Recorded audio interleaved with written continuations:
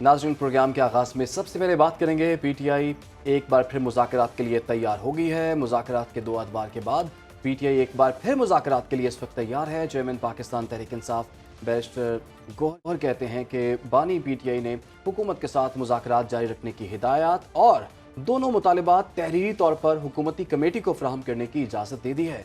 Barrister Gauhar के मुताबिक बानी पीटीआई ने कहा कि अगर इसके बाद मुज़ाकराती टीम की मुलाकात ना करवाई गई तो मुज़ाकरात आगे नहीं बढ़ सके। याद रहे कि पीटीआई और हुकूमत के दरमियान मुज़ाकरात का अमल जारी है और इस हवाले से दोनों फरीक़ैन के दरमियान बातचीत के 2 सेशंस भी हो चुके हैं।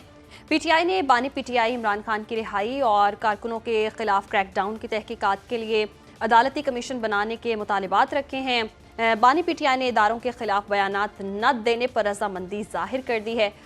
ज़राए के मुताबिक बानी पीटीआई ने इदारों पर तनकीद न करने पर भी इत्तेफाक किया है। पाकिस्तान तहरीक इंसाफ ने इस हवाले से रजामंदी जाहिर की है और तनकीद का महवर सिर्फ सियासतदानों को बनाने का फैसला किया गया है। पार्टी की आला क़यादत ने बानी पीटीआई को इदारों से मुतालिक बयानात न देने का पैगाम दिया, जबकि दीगर रहनुमाओं को भी इदारों के खिलाफ बयानात न देने की हिदायत जारी कर दी गई हैं।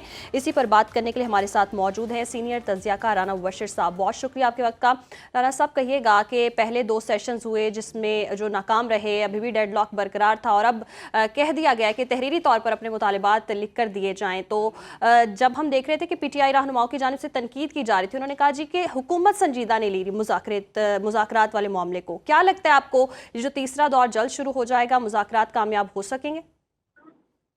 मेरे ख्याल में जिस तरीके से पीटीआई ने सेंस प्रिवेल किया है और उसमें उन्होंने जो ये फैसला किया है कि इदारों को निशाना ना बनाया जाए, ये फैसला बहुत अरसा पहले अगर कर लिया जाता तो बहुत बेहतर हो जाता काम और इतना टाइम वेस्ट ना होता।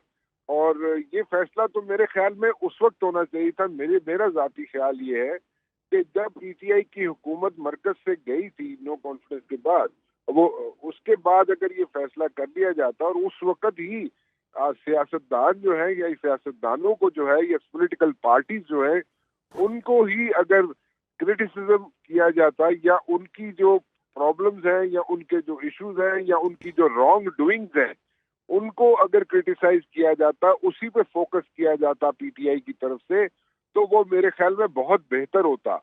जो आज जो हीट फेस कर रही है पीटीआई या इतना अरसा जो हीट फेस करती रही है पीटीआई और उनके वर्कर्स, उनके सपोर्टर्स, वो उनको हीट फेस ना करनी पड़ती। और हकीकत ये है कि उस वक्त भी जब पीटीआई की हुकूमत मरकज से गई थी, सिर्फ मरकज की बात करो, बाकी सूबों की बात तो बाद में है, मरकज से जब हुकूमत गई थी उस वक्त इन्हें चाहिए था पीटीआई वालों को कि ये असेंबलियों में मौजूद रहते और उस वक्त एक बहुत बहुत स्ट्रॉन्ग ऑपोजिशन के तौर पर ये उभर के आते सामने। और जो चीजें आज जिस पे ये तनकीद कर रहे हैं पीटीआई वाले, उनको ये तनकीद ना करनी पड़ती और ये जो बीच में इतने साल जो जाया हुए वो ना होते।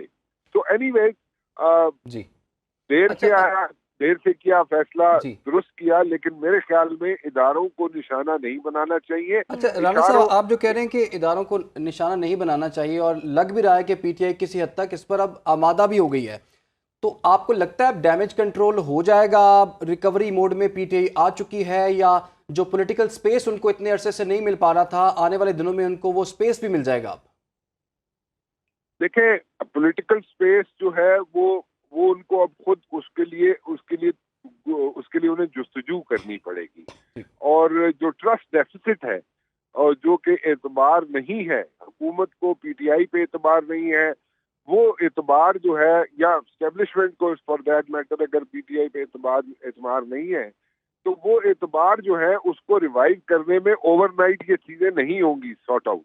उसमें थोड़ा सा वक्त जरूर लगेगा एंड इट ऑल डिपेंड्स कि पीटीआई के जो बाहर लीडरान मौजूद हैं या फॉर दैट मैटर जो लोग सामने नजर आते हैं हमें टीवी पे या मुज़ाकरात करते हुए, उनका एटीट्यूड भी देखना पड़ेगा। और वो अगर वाकई ही अपने लीडर की जो इस वक्त उनकी जो जिस तरीके से उनको गाइड कर रहे हैं उनके लीडर इमरान खान, उसी को अगर वो फॉलो करें और करते हैं अगर, तो फिर तो मेरे ख्याल में जल्दी उनको पॉलिटिकल स्पेस मिल जाएगा। लेकिन अगर यहाँ पे भी अगर 19-20 का फर्क हुआ, देखिए ना, ट्रस्ट डेफिसिट है, एतबार नहीं है, उसको रिवाइव करने के लिए मैं फिर कह रहा हूँ कि उसको ओवरनाइट ये रिवाइव नहीं हो सकता। उसके लिए एफर्ट्स थोड़ा करनी सा पड़ेंगी टाइम और जरूर सीबीएम के हवाले से भी कुछ करना पड़ेगा। बहुत शुक्रिया आपका राना मुबशर साहब। जैसे कि अगर संजीदगी कहीं है तो वो नजर आनी चाहिए, और खास तौर पर जो इदारों को तनकीद का निशाना बनाया जाता है उस पर अगर कंट्रोल कर लिया पीटीआई जाए। वालों ने अच्छा फैसला किया कि इदारों को तनकीद का निशाना नहीं बनाया जाएगा, और अगर मुज़ाकरात कामयाब होते हैं तो मुल्क के लिए बेहतर है, मुल्क में इस्तेहकाम आएगा, सियासी इस्तेहकाम होगा तो मुल्क में मईशत के हवाले से भी इस्तेहकाम हम देखेंगे।